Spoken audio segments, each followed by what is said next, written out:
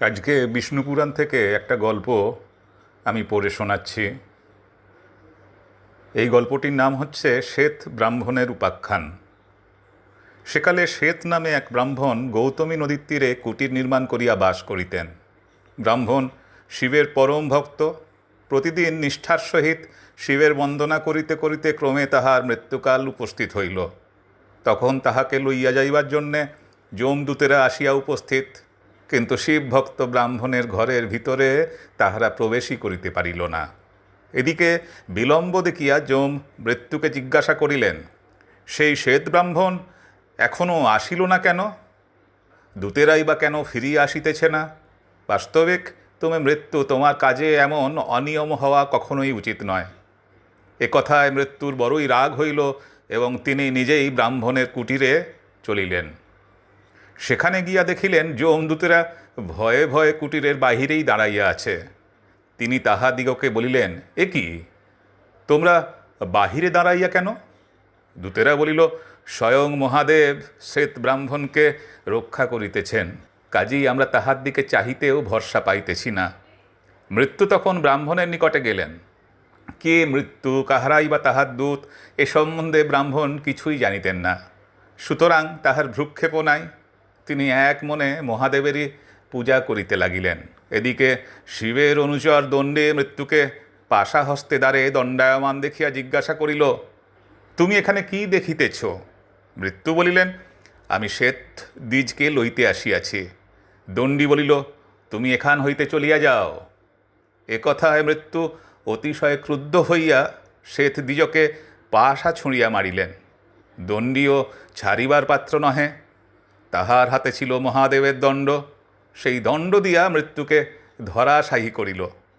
তখন যমদূতেরা ঊর্ধ্বশ্বাসে ছুটিয়া গিয়া যমরাজকে সমস্ত সংবাদ জানাইবা মাত্র তিনিও মহিষে চড়িয়া প্রস্তুত হইলেন।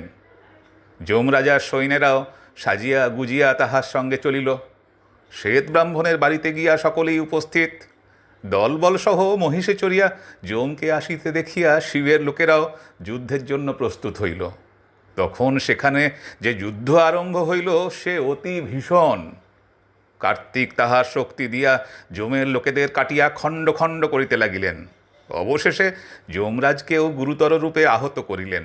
যমকে মরণাপন্ন দেখিয়া তাহার অবশিষ্ট সৈন্যগণ গিয়া সূর্যকে সমস্ত সংবাদ জানাইল। সূর্য ব্রহ্মার নিকটে গেলেন। ব্রহ্মা ও ইন্দ্র প্রভৃতি দেবতাগণকে লইয়া যমের নিকটে গিয়া উপস্থিত। তাহারা গিয়া দেখিলেন যম গঙ্গা তীরে মৃতের ন্যায় পড়িয়া আছেন। যমকে মৃতপ্রায় দেখিয়া দেবতাদের তো ভয় হইবার কথাই। তখন শিবকে সন্তুষ্ট করা ভিন্ন আর উপায় কি? সকল দেবতা মিলিয়া জোড় হস্তে মহাদেবের স্তব করিতে লাগিলেন। মহাদেব তাহাদের স্তুতিতে সন্তুষ্ট হইয়া বলিলেন, তোমাদের পূজায় আমি সন্তুষ্ট হইয়াছি, এখন কি বর চাও বলো। দেবতারা বলিলেন, প্রভু, এই যম ছাড়া সংসারের কাজই চলিতে পারে না। ইনি কোনো অপরাধ করেন নাই, ইহাকে বধ করা আপনার উচিত নয়। অতএব আপনি সৈন্যগণ এবং বাহন সহ যমকে জীবিত করুন। তখন মহাদেব বলিলেন, আমার ভক্তের মরণ হইবে না। এ কথায় যদি তোমরা সম্মত হও তবে এখনই আমি যমকে বাঁচাইয়া দিব। দেবতাগণ বলিলেন, তাহা কি কখনো হয়? তাহা হইলে সংসারের সমস্ত লোকই যে অমর হইয়া যাইবে। শিব বলিলেন, সে কথা বলিলে চলিবে না। আমার ভক্তের কর্তা আমি, তাহার উপর যম কোনোদিন কর্তৃত্ব করিতে পারিবে না। তোমরা যদি এ কথা স্বীকার করো তাহা হইলেই যমকে বাঁচাইব। দেবতারা তখন নিরুপায় দেখিয়া বলিলেন, আচ্ছা প্রভু, তাহাই হইবে। মহাদেবও তখন নন্দীকে বলিলেন, নন্দী, গৌতমীর জল দিয়া যমকে বাঁচাইয়া দাও। মহাদেবের আদেশে নন্দী গৌতমীর জল আনিয়া সকলের শরীরে ছিটাইয়া দিবা মাত্র যম সৈন্যগণের সহিত জীবিত হইলেন। সেদিন হইতে সংসারে ধার্মিক এবং ভক্ত লোকদিগকে দেখিয়াই যম তাহার শাসনদণ্ড নামাইয়া ভয়ে দূর হইতে তাহাদিগকে নমস্কার করিয়া সরিয়া পড়েন।